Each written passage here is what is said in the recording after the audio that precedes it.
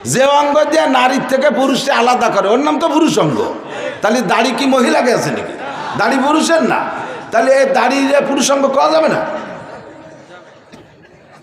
আপনার দাড়ি তো আগে লম্বা ছিল, এখন ছোট দেখতেছি, তাই কারণ পুরুষ অঙ্গ আগে লম্বা ছিল, খাটো হলো কি?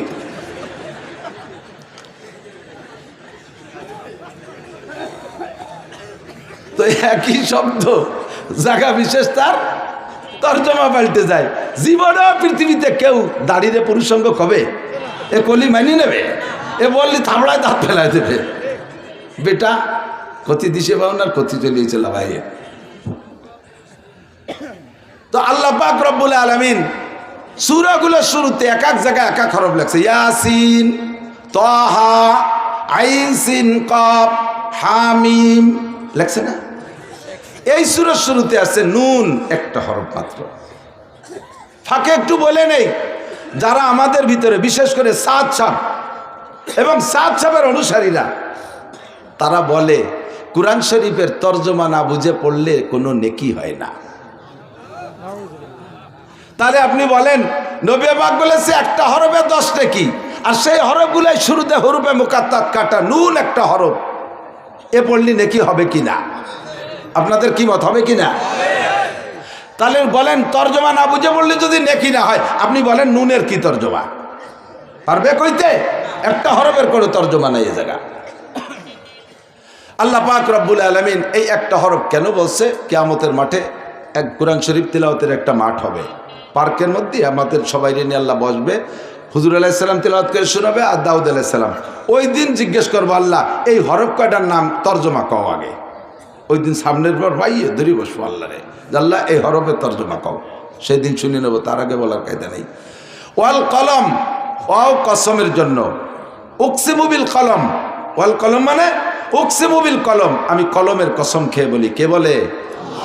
আল্লাহ যদি বান্দাকে কোনো ওয়াজ করতে যায়, সে ওয়াজ বান্দায় খাইলেও আল্লাহর কিছু আসে যায় না, না খাইলেও কিছু আসে যায় না, মানলেও কিছু আসে যায় না, না মানলেও কিছু আসে যায় না। আল্লাহ নিজেই বলে দিয়েছেন ফামান শাআ ফালইউমিন, তোমার মনে চায় মানো, ফামান শাআ ফালইয়াকফুর, মনে চায় না মানো না। লা ইকরাহা ফিদ্দীন, আমি ধর্মের ব্যাপারে কোনো জবরদস্তি ছাড়ি নাই। ফামান শাআ ফালইউমিন ওয়া মান শাআ ফালইয়াকফুর, তবে তুমি জেনে নাও মান ইহতাদা ফা ইন্নামা ইয়াহতাদি লিনাফসি ওয়া মান দাল্লা ফা ইন্নামা ইয়াদিল্লু আলাইহা। তুমি যদি হিদায়াতের বাণী গ্রহণ করো, তুমি যদি ঈমান গ্রহণ করো, এর বেনিফিট তুমিই পাবা। আর তুমি যদি গুমরাহির পথ বেছে নাও, কাফের মুশরিক বেঈমান মুরতাদ হয়ে যাও, বেআবল হয়ে যাও, এর একটা বোঝা আছে, ওই বোঝাটা তোমাকেই বহন করিতে হইবে। আল্লাহ তাজিরু ওয়াজিরাতুম বিজরা উখরা, একজনের বোঝা আর একজন বয়ে দেবে না, বহন করে দেবে না। তুমি জেনে নাও আমি আল্লাহ পাক তোমাকে দুনিয়ায় ঈমানের ব্যাপারে উন্মুক্ত করে দিয়েছি। মনে চাইলে কলেমা পড়ে মুসলমান হও, আর মনে চাইলে তুমি কলেমা বাদ দিয়ে কাফের মুশরিক হিন্দু বুদ্ধ খ্রিস্টান হয়ে যাও। এ জগতে আমি তোমাকে স্বাধীনতা দিয়েছি বান্দা। সারা দুনিয়ার সব মানুষ যদি মুসলমান হয়ে যায়, আল্লাহ পাক যেই চেয়ারে বসা আছে তার চেয়ে একটা বড় চেয়ার বানায় উঠে বসবে না। সারা দুনিয়ার সব মানুষ যদি কাফের হয়ে যায়, আল্লাহ পাক রাগ করে চেয়ারেতে নেমে নিচে পাটি বিছিয়ে বসবে না। কেউ আবার আল্লাহ কয় না, খালি খালি চেয়ারেতে লাভ কি? এই কই কেল্লা নামিয়ে বসবে না। আল্লাহ কয় আমাকে আল্লাহ বললে ভোট দিলি তোর লাভ, আর আমারে আল্লাহ বলে ভোট না দিলি তোর লস। বিজিএফ কার্ড দেওয়ার সময়, বিতরণের সময় বিজিএফ কার্ড বিতরণ হবে, হবে না? দুনিয়ায় চেয়ারম্যানরা এসে ভিজিএফ কার্ড বিতরণ করে, আল্লাহ পাক কিয়ামতের ময়দানে ভিজিএফ কার্ড বিতরণ করবে। ওই কার্ডের নাম হলো আমলনামা। ফামান উতিয়া কিতাবাহু বিয়ামিনিহি, যেই ব্যক্তির হাতে ডান হাতে আমলনামা দেওয়া হবে, ফাসাউফা ইউহাসাবু হিসাবান ইয়াসীরা, কুরআনের ভাষায় বলে হিসাবান ইয়াসীরা। নবী পাক বলেন তারে বিনা হিসাবে জান্নাতে পাঠাই দেওয়া হবে। ওয়া আম্মা মান উতিয়া কিতাবাহু বিশিমালিহি, আর যার বাম হাতে আমলনামা আসবে বন্ধু, খবর তার হয়ে যাবে। ওই দিন বুঝবা ভোট না দেওয়ার ফলাফল কাকে বলে। তোমারে উন্মুক্ত করে দিয়েছি, স্বাধীন করে দিয়েছি। মনে চাইলে ঈমান আনো, না মনে চাইলে ঈমান আনো না। দুনিয়ায় কোনো প্রেশার নাই, লা ইকরাহা ফিদ্দিন, জবরদস্তি নাই। ভালো করে বোঝেন, ধর্মের ব্যাপারে কোনো জবরদস্তি নাই। কোনো হিন্দুরে পিটাই মুসলমান বানানো জায়েজ নাই, কোনো খ্রিস্টানরে পিটাইয়া মুসলমান বানানো জায়েজ নাই, কোনো হিন্দুরে চাপের মুখে কলেমা পড়ানো জায়েজ নাই। হিন্দু ভোটার আছে আপনার ইউনিয়নের ভিতরে, চেয়ারম্যান সাহেব, বুজুর্গ পীর সাহেব, ওই চেয়ারম্যান সাহেব হিন্দুদেরকে মুসলমান বানানোর জন্য ওই এলাকায় রাস্তা দেয় না, ওই এলাকায় ভিজিএফ কার্ড দেয় না, সরকারি কোনো সুযোগ সুবিধা তাদের দেয় না, ওই এলাকায় কারেন্ট দেয় না। এইভাবে চাপের মুখে তাদেরকে কলেমা পড়ানোর যদি চেষ্টা করে, এইটা শরিয়াতে গ্রহণ করে না, জায়েজ নাই। ইসলামের ব্যাপারে স্বাধীনতা আছে না নাই? কথা কর, স্বাধীনতা আছে না? লা ইকরাহা ফিদ্দিন, ধর্মের ব্যাপারে কোনো স্বাধীনতা, কোনো জবরদস্তি নাই। আমলের ব্যাপারে আল্লাহ পাক রব্বুল আলামিন বলেন, আমলগুলো তোমাদের জন্য যা আমি বরাদ্দ করেছি সব আসান আমল। হ্যাঁ, সব আসান আমল। আল্লাহু আকবার, সব আসান আমল। আল্লাহ কা লা ইউকাল্লিফুল্লাহু, আমাদিক লা ইউকাল্লিফুল্লাহু নাফসান ইল্লা উসাহা। আমি শরীয়তের যত বিধান তোমাদের উপরে দিয়েছি একটাও তোমার সাধ্যের বাহিরে না। বুঝেন নাই? যে জায়গা দিয়ে তোমার কষ্ট মনে হবে ও জায়গা আমি বিকল্প সড়ক রাখছি। বলবো, যে জায়গা দিয়ে তোমার কষ্ট মনে হবে শরীয়তের বিধান, ও জায়গা আমি বিকল্প সড়ক রাখছি। রাস্তা ভাই ব্রিজ ভেঙে গেলি, ওই ব্রিজ সংস্করণের সময় লাল পতাকা দিয়ে ডাইন দিয়ে একটা ঘুরাইয়ে রাস্তা দেয় না? ডাইন দিয়ে বাম দিয়ে, ওর নাম কি? বিকল্প সড়ক। কি কয়? ভাঙ্গা রাস্তা যেখানে বিকল্প সড়ক সেখানে, ভাঙ্গা রাস্তা যেখানে বিকল্প সড়ক সেখানে। আল্লাহু আকবার। আমাদের জন্য আল্লাহ 5 ওয়াক্ত নামাজ ফরজ করেছে। কঠিন না সহজ? কথা কয় না? ওয়া ইন্নাহা লাকাবীরাতুন ইল্লা আলাল খাশিঈন। নামাজ কঠিন কার জন্য? যে নামাজ পড়ে না তার জন্য। যে লোকটা নামাজে অভ্যস্ত হয়ে গেছেন তার জন্য নামাজ না পড়া কঠিন। কথা কোন ঠিক না? ফজরের নামাজ যদি কারণবশত ছুটে যায়, ঘর থেকে বেরোতে ভয় লাগে কি লাগে না? কারণবশত যদি জোহরের নামাজ ছুটে যায়, বিকেলবেলা বাইরে যাইতে ভয় লাগে, মাঠে যাইতে সময় মনে হয় আজকে মাঠের মধ্যে কোনো বরকত পাবো না। গাড়িতে উঠতে গেলে ভয় লাগে, না জানি আমার কারণে গাড়িটা অ্যাক্সিডেন্ট করে। অভ্যাসে যখন পরিণত হয়ে যায়, শরিয়াত জবকে তবিয়ত বন जाती है। এই শরিয়াত জবকে তবিয়ত বন जाती है তো শরিয়াত के अंदर कोई तकलीफ नहीं पहुंचती है। শরিয়াত যখন অভ্যাসে পরিণত হয়ে যায় তখন আর কষ্ট মনে হয় না। কথা কন। অভ্যাসে পরিণত করলে আর কোনো ঝামেলা নাই। আর অভ্যাস যতদিন না হবে ততদিন ওয়া ইন্নাহা লাকাবীরাতুন, এটা বড় কঠিন মনে হয়, খুব কঠিন। না বছরে না পড়ে গিরিয়ে শীতের চুমা উঠিয়ে আবার ঠান্ডা মানি, তা আবার একটু উল্টো পাল্টা হয়ে গেলি, গোসল আরো কি আরো না আরো। আর যারা অভ্যস্ত হয়ে গেছে তারা কারণবশত গোসল ফরজ হয়ে গেলে ওই ফরজ গোসল যত রাইতেই হোক না কেন, ওই সময় গোসল না করে বিছানে পিঠ দিতে ভয় পায়, না জানি যদি নাপাক অবস্থায় মরে যাই। ঠিক না?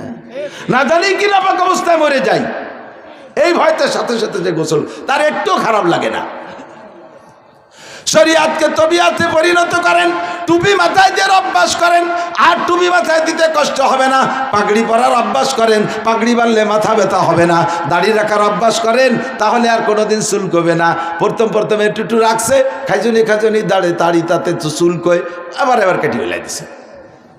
এবার সে পুরুষঙ্গ গুড়াইতে মেরিয়ে দিছে।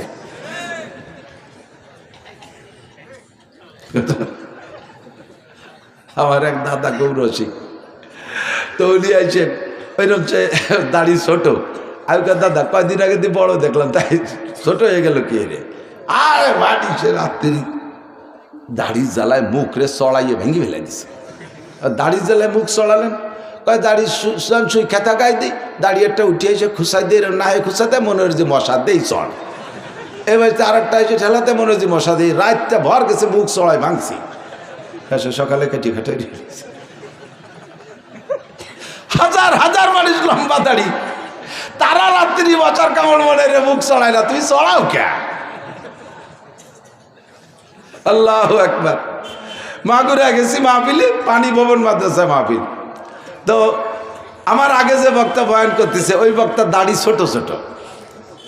তো বক্তাদের সম্মানার্থে শ্রোতারা সামাসামি কিছু না বলে একজন একটা চিরকুট লিখে পাঠাইছে, হুজুর দাড়ি সম্পর্কে কিছু বলেন,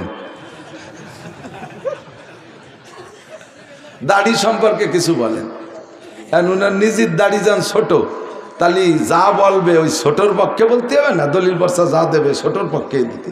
তো উনি বলতেছেন দাড়ি ভালো জিনিস, রাখা ভালো, পুরুষের জন্য শান হয়, দেখতে ভালো, তবে অনেক লম্বা না রাখা ভালো।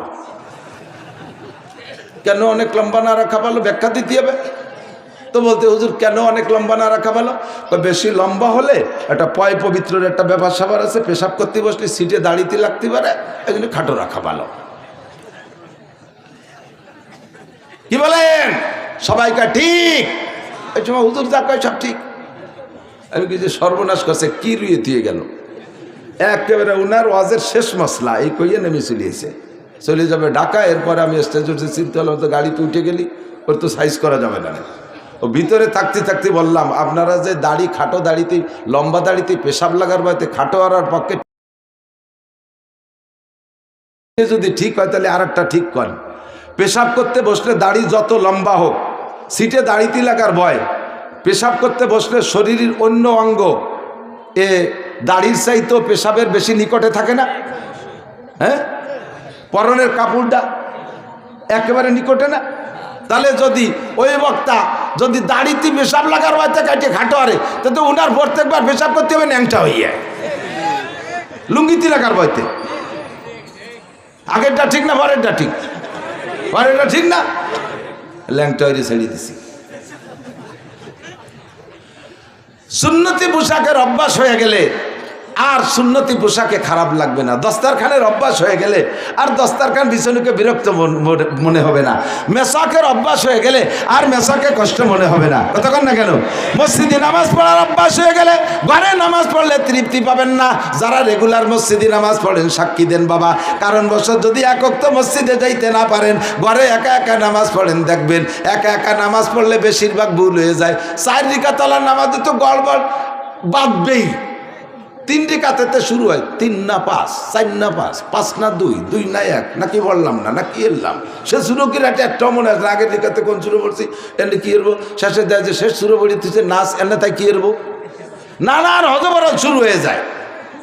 এই নামাজ সুন্নত মসজিদেই পড়েন, দেখবেন 4 রাকাতে ভুল হয় না। আপনি বাড়ি পড়েন পিরাই পিরাই কিন্তু ভুল হবে। মিথ্যে কথা কইছি? অ্যাক্সিডেন্ট তো আমারও হয় মাঝে মাঝে, যেদিন বাড়ি ভুল করমে পড়ি বেলায় এরকম হয়। শরিয়াতকে তবিয়াত বানালে না। শরিয়াত যদি তবিয়াত হয়ে যায়, অভ্যাসে পরিণত হয়ে যায়, যেই মহিলা বোরকা পরার অভ্যাস আছে ওই মহিলা খালি মাথায় বিনা বোরকায় বাইরে যাইতে পারবে। কথা বলেন পারবে? আল্লাহ, একই মহিলা এক একটার এক এক স্বভাব। আমি মক্তবে যখন পড়াইতাম, ছাত্র বয়সে মক্তবে পড়াইতাম, 200-250 টাকা বেতন পাইতাম, তাই দিয়ে 2-3 ভাই পড়তাম, এই জন্যই মক্তবে পড়াইছি, ইমামতি করছি। তো সেই সময় ওই মেয়েরা যারা আসতো পড়তে, একটু বড় হয়ে উঠলে তাদের বলতাম যে তোমরা বোরকা পরিয়ে এসো। তো মহিলাটা বলতেছে হুজুর আমার ইমান আছে। হুজুর একটা মেয়ে বলতে আমার ইমান আছে। তোমার কিরম ইমান আছে? কয় যে আগে একদিন মসজিদে জুমুদ্দিন বয়ান করছেন, আমাকে বাড়িতে ভাসে, আপনি বলছেন যে যার লজ্জা আছে তার ইমান আছে। আমার লজ্জা আছে, এই জন্য আমার ইমান আছে, আর ইমান থাকলে তোর বোরকা লাগে না। আমাকে তোমার কিরম লজ্জা আছে? কয় হুজুর আমার বোরকা পরতে লজ্জা করে। আর লজ্জা থাকলে ইমান আছে, আর ইমান থাকলে বোরকা লাগে না। শয়তান কোথাকার! শয়তানকে আমি তো খালি শয়তান, ওটা 6.5 মহিলা যদি বোরকার অভ্যাস হয়ে যায় আর বিনা বোরকায় বাইরে যাইতে পারে না। মহিলা যদি নামাজের অভ্যাস হয়ে যায়, আজান হইলে কোনো কামের মধ্যে আর হাত লাগায় রাখতে পারে না, সব কাম কাজ হইলা নামাজে যাইতে বাধ্য হয়। কথা কোন ঠিক না?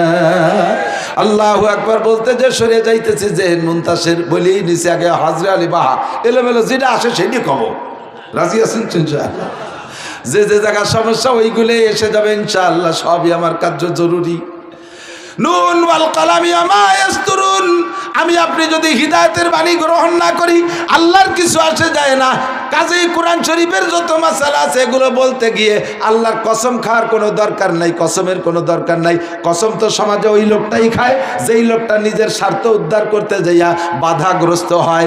স্বার্থ উদ্ধার করতে গেছে, তারা বিশ্বাস করেন আমারে 10,000 টাকা দেন, কয় না তোরে টাকা দেবো না, তুই সিটার বাটপার, কয় আল্লাহর কসম শুক্রবারে দেব। এই 10,000 টাকা নেওয়ার জন্য সে কসম খায়, নিজের বিশ্বস্ততা তৈরি করে। আমার আল্লাহ তো সিটার বাটপার না, আমার আল্লাহ ধোঁকাবাজ না। আল্লাহ আমার রব্বুল আলামিন, আমার আল্লাহ পাকের কথা কেউ খাইলেও ভালো না খাইলেও ভালো। আল্লাহ কেন কসম খায়?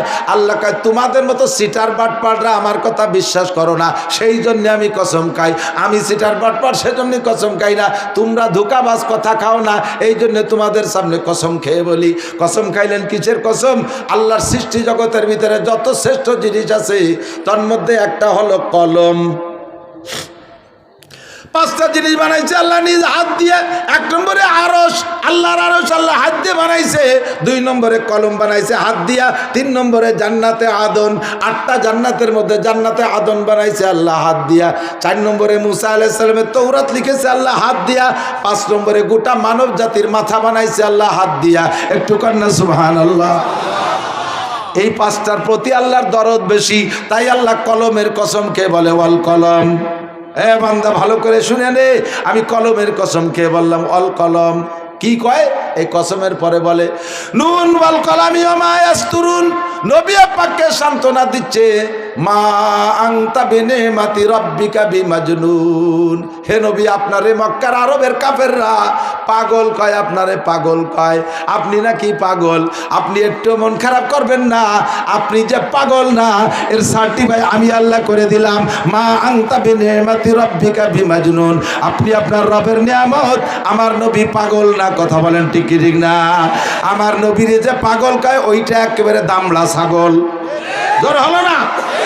ওইটা কি? দামড়া ছাগল, ফাটা ছাগল, ফাটা ফাটা ফাটার গায়ে দেখছেন না তিব্বত আতরের গিরান। অবদার পর দাঁড়ায় থাকবে, এই পাশে 2 কিলোমিটার দূরিতে টের পাওয়া যায় যে জান্টেল দাঁড়ায় রয়েছে এখানে, যার নাম হলো বোমরা ফাটা।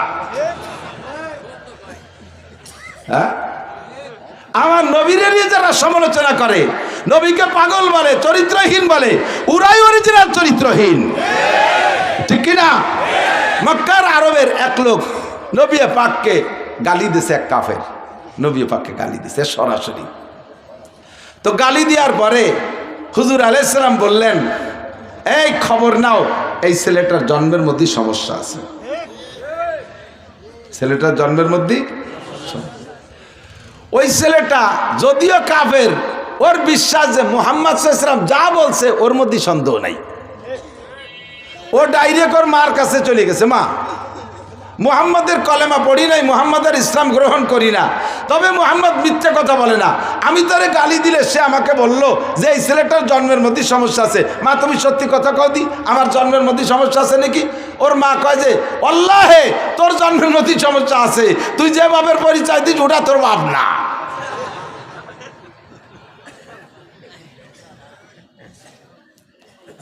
সাবধান থাকবা যুবক, দলের বলে ক্ষমতার বলে, আরে অন্য কোন বলে তুমি যাই কিছু করো না কেন, উলামায়ে কেরামরে গালি দিও না, এরা ওয়ারাসাতুল আম্বিয়া।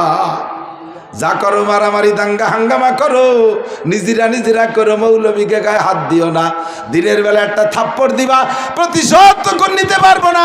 গভীর রাত্রে আমার মামলার একটা কোর্ট আছে, শেষ রাত্রে ওইটা 2 রাকাত তাহাজ্জুদ পড়ে মালিকের কাছে তোর নামে মামলা দেব। কালকে সকাল 9টা হইতে হইতে তুই ট্রাকের তলে ডলে যাবি।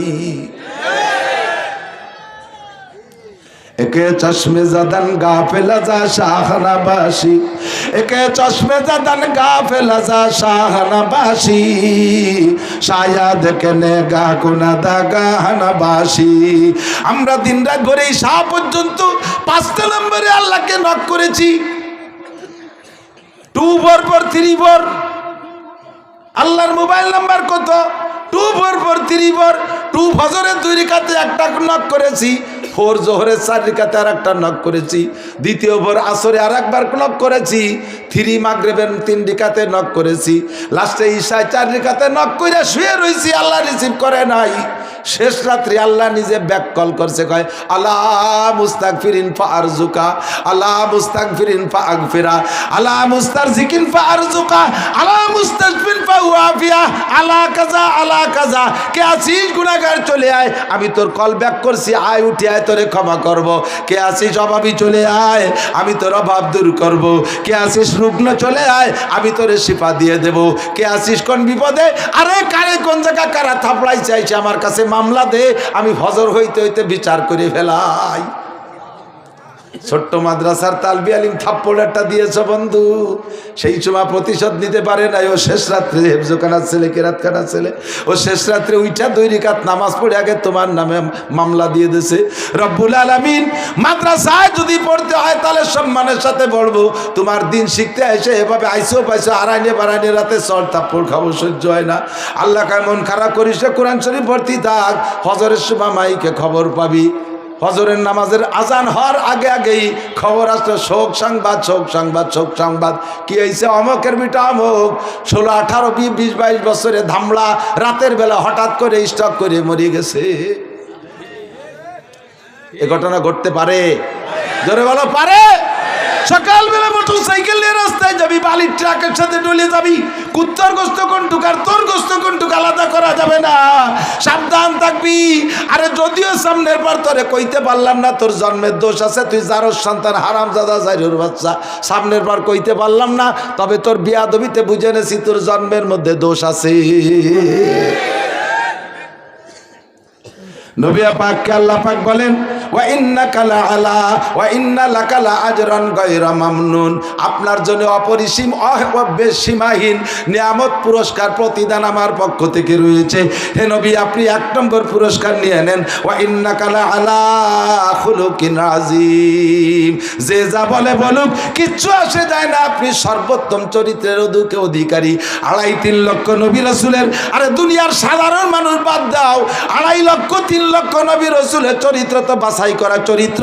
এই 3 লক্ষ নবী রাসূলের চরিত্রকে এক জায়গা করলে যতটুক হয়, আমার একা নবী একার চরিত্র তার চাইতে সুন্দর, ঠিক কিনা? এই নবী, হে যুবক আমার দিক শোনা, খেয়াল করো, এই নবীওয়ালার চরিত্র তুমি অর্জন করবা, তুমিও দামি হয়ে যাবা। কত বলবো নবীওয়ালার চরিত্র, আমি 2-3টে বলে শেষ করে দেবো, এর মধ্যে লেখত ভাই চলে আসবে। কষ্ট হয়ে যাচ্ছে আপনাদের? বলেন 31শে জানুয়ারি, কৃষির মধ্যে কি কয়ে তো নিচ্ছে, যাইলেও কব আজকে। বলেন 31শে জানুয়ারি, কবেন না? এই তারিখটা বললে নেকি হবে আজকে, অন্য দিন অন্য মাসের তা বছরে তা করলে হবে না। 31শে জানুয়ারি, একটু জোরে কর না, আরেকবার। 31শে জানুয়ারি, 1-2 ফেব্রুয়ারি 2025 টঙ্গী বিশ্ব ইজতেমা। মনে থাকবে তো? যাতে ভুলে না যান, পরে আমি ভুলে না যাই, এই জন্য মাঝখানে 1 সবক পড়াই নিলাম। এরকম জুমলায় মোতারিজা, ঠিক আছে? আমার নবীর চরিত্রের মধ্যে থেকে 2-1টা চরিত্র আমরা শিখে নিলি ভালো হয় না? হুজুর আলাইহিস সালাম বলেন, আমি মেহমানদারির ডাক বলি আজকে, মেহমানদারিটা, কারণ আমাকে তো ঘুরে ঘুরে খেয়ে বেড়ানোর লাগে, এটা একটু করলি পরে আমাকে একটু লাভ হয়। বর্তমানে আল্লাহর রহমতে আমার অন্য কোনো ওয়াজ আমলে কেউ আনুক আর না আনুক, একটা ওয়াজ যা আমলে আছে আমি খুব খুশি আছি আলহামদুলিল্লাহ। এই যে ফিটের ওয়াজ যেন কবে করছি, যে আনে যায় ফিটিয়া, আর বাড়ির ফিটের চিন্তা লাগে না আমার। ওরা কাকে ডাকা না কাকে দান চাল কিনে দিচ্ছি, চিনি মিনি কিনে গুড় মুড় দিয়ে ঘর ভরে দিতেছি, তোমরা কমাবতী বানায় খালি খাও না খালি না খাও, আমার অভাব নাই। শীতেই ভিটে সিজনের শুরুতে শূন্য ছিটে, ভাজা ছিটে, দুধ ছিটে, গুড় ছিটে, তারপরে কি কয় এই গোশ ছিটেই খাই সত্যি পারতেছিলে। তারপরে সিরা গেঞ্জি জানেন, চিত্রটি এ খুব খাচ্ছি আল্লাহর রহমতে, আজও 2 জায়গা খাইছি আলহামদুলিল্লাহ। নবী পাক বলেন, আমার দিক তাকান, মান কান ইমানের অঙ্গ, হাসি উড়াই দিয়েন না। আমার ওয়াজের সিস্টেমই আমাকে আল্লাহ তাআলা এইভাবে বাচনভঙ্গি দিয়েছে, হাসা হাসির ভিতর দিয়ে কেউ অপারেশন করে নাড়ি বাড়ি নিয়ে যাবো, আবার কেউ মলম দিয়ে ঠান্ডা দিয়ে দেবো। শেখ সাদি রহমাতুল্লাহ আলাইহি বলেন, দরস্তি নরমি বাহামদার বেহাজ চুপা সে দেখে যারা হাওয়া আমার হামনে আজ। ডাক্তারের চিকিৎসা দুই রকমই, মলমও আছে আবার অপারেশনও আছে। তো অপারেশন করতে গেলে আগে একটু অবাস করে নিতে হয়, এই অবাসটুকু হলো হাসি আনন্দের মধ্যে দিয়ে সেটি বেলায় দেয় আর কি। আর না যদি অবাস না করে যদি পোষ দেয় তাহলে রুগীতে ডাক্তারের লাথি দিয়ে চিৎ করে বেড়ায় দেবে না, ওইটা পোষ খাইয়ে দেখছিস কোনো দিন, আজ আমি অপারেশন করবো তোরে, এই জন্যই সব তা লাগে। কষ্ট হচ্ছে নাকি? আল্লাহ নবী বলেন এই ইমানের অঙ্গ, লিল ইমানে বিদুয়ান সাবুনা শোভা, ইমানের ৭৭টা শাখা। কয়টা? সাবউনা শোভা, ফি রিওয়ায়াতিন বিদুয়ান সাবুনা শোভা, ৭৭টা শাখা।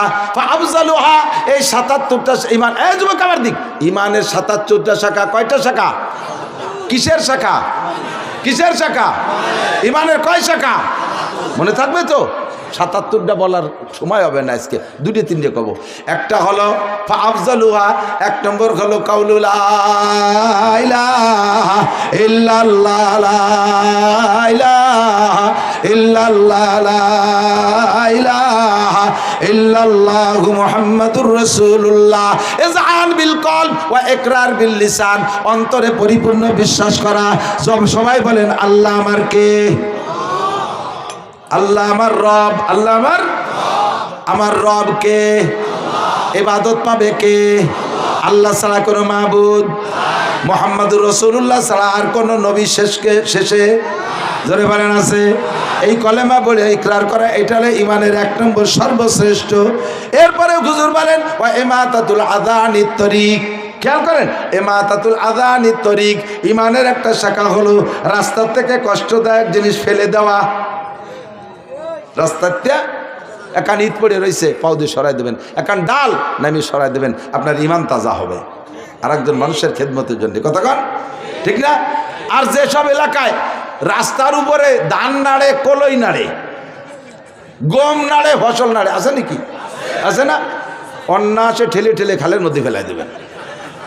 রাস্তা কিন্তু আর কলই নাড়াতে উঠোন বানাইছে নাকি? হ্যাঁ, আমাকে ওই পাশে গোপালগঞ্জ যাইতে, আমার বাড়িতে গোপালগঞ্জ যাইতে এক গ্রামের নাম মানিহার, হিন্দু জমচা, এইরকম উঁচু হয়ে খেসারি কলই নাড়ছে। আমি যাচ্ছি মোটর সাইকেলে, ওর মধ্যে কোনো মতে মোটর সাইকেল ঢুকতে পারবো না। এর মধ্যে ব্যান এলা আইসে, এদের আগে তো পাও ব্যান ব্যান আগে তো বইছিল না, এদানি মোটর ব্যান হয়েছে না, সে মোটর ব্যান গতিতে গতিতে ঢুয়ে দিছে, দিলে আটকে গেছে।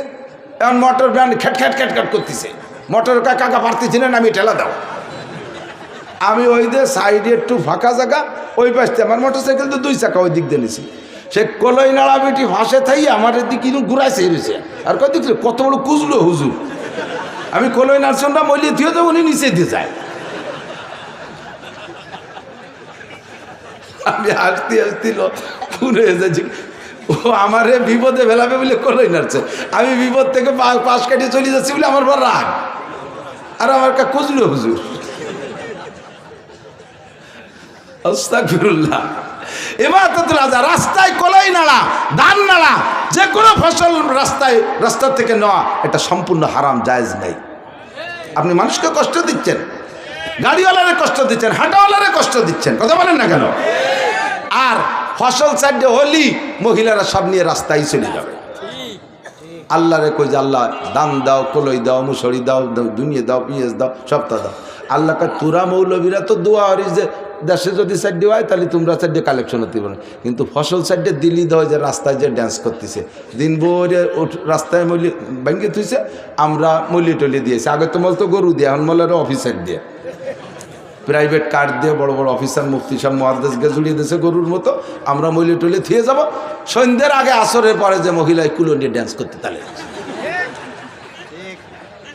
আল্লাহকে দান দেব কি? দিলি তো নিয়ে বউরের রাস্তায় নাচাতি তাহলে, তাও ফসল চাইতে দিলি রাস্তায় উঠে ফেলাই দেবেন ঠেলিয়া। ইমাতাতুল আযানিত তরিক, এটা ইমানের অঙ্গ। কেন আপনি নাড়বেন রাস্তায়? আপনার বাড়ি নাড়েন, এই রাস্তা যদি পাকা না হতো, মাটি হতো, তাহলে কি করতেন? সে সময় তো আসতেন না। এই জন্যই জায়গায় জায়গায় যে এলাকায় ফসল বেশি নাড়ে সেই এলাকায় দোয়া করি, আল্লাহ এই রাস্তা যেন ভেঙ্গে ছিঁড়ে চুরমার হয়ে যায়। যাই আমরা খড়িতে গেলাম, তারপরে ফসল তো নাড়তে হতো, এবার দোয়া করো, সালাম দিছি। আল্লাহ ইমাতাতুল আযানিত তারিক।